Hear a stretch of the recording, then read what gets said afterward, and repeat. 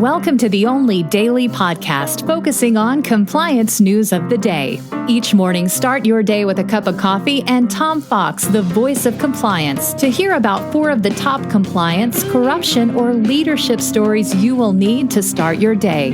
The Daily Compliance News is a production of the Compliance Podcast Network.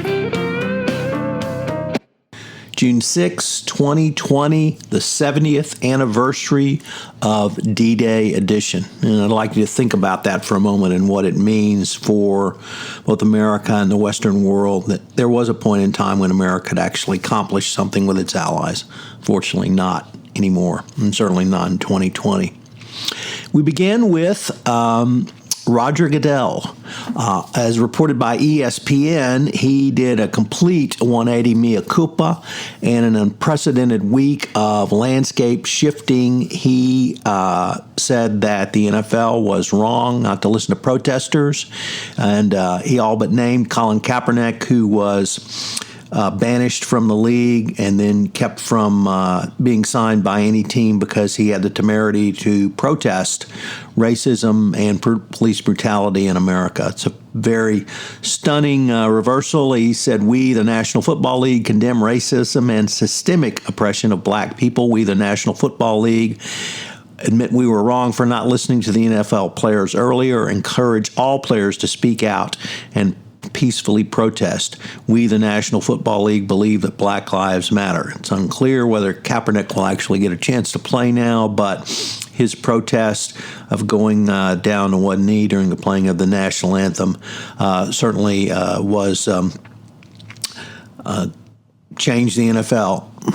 Next up, continuing sort of a football theme, as reported by the Washington Post, the pressure is growing now again on Daniel Snyder, the owner of the Washington Redskins, to change the name of the Redskins.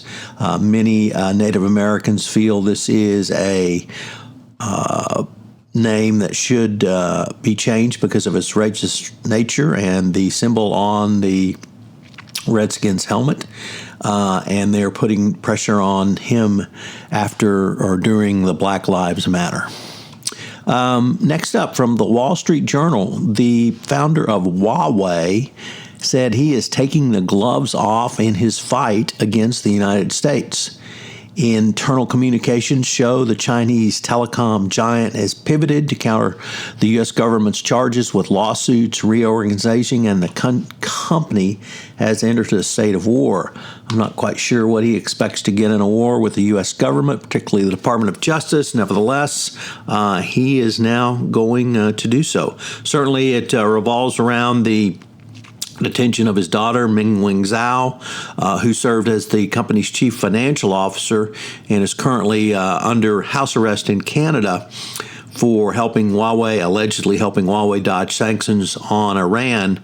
But that looks like the Canadian government is going to extradite her to the United States, and that will no doubt ramp up tensions between China and the United States.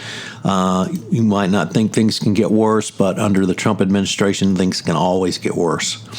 That's the one thing we've learned.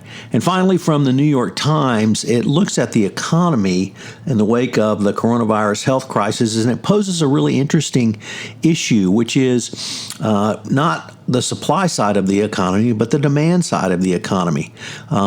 Even if jobs are added, who's going to purchase the goods? Who's going to purchase the products? Are consumers going to go back into the stores? If you've looked anywhere around malls, you've seen basically very little foot traffic. And although Amazon is, of course, doing quite well, it's not clear how companies will be able to sell going forward if people are not only worried about their jobs, but they're worried about going out and purchasing because you might get sick and die. So the demand side is part of the equation not looked at enough, and it's an interesting exploration of that going forward. I hope you will check out this month's 31 Days to a More Effective Compliance program, where I take up internal reporting and investigations. And on the Compliance Life, I begin a 4-part series with Ryan Robles on his journey to the CCO chair.